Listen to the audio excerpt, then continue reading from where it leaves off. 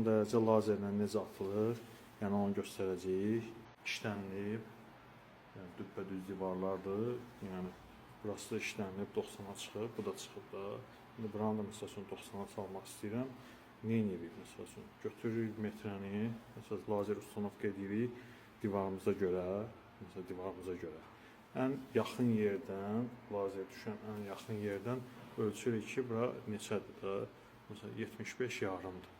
Keçirik həmin o 75 yarımı, həmin o divarın, uzun divarın bu bir qırağından tuturuq 75 yarım.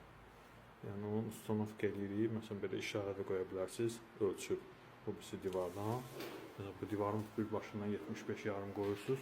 Orada yəni zaten 75 yarımdadır da, yəni ən yaxın yeri ora olduğu üçün, yəni ora qaça bilmir də, yəni yaxındır. Millim də olsa qaçmır.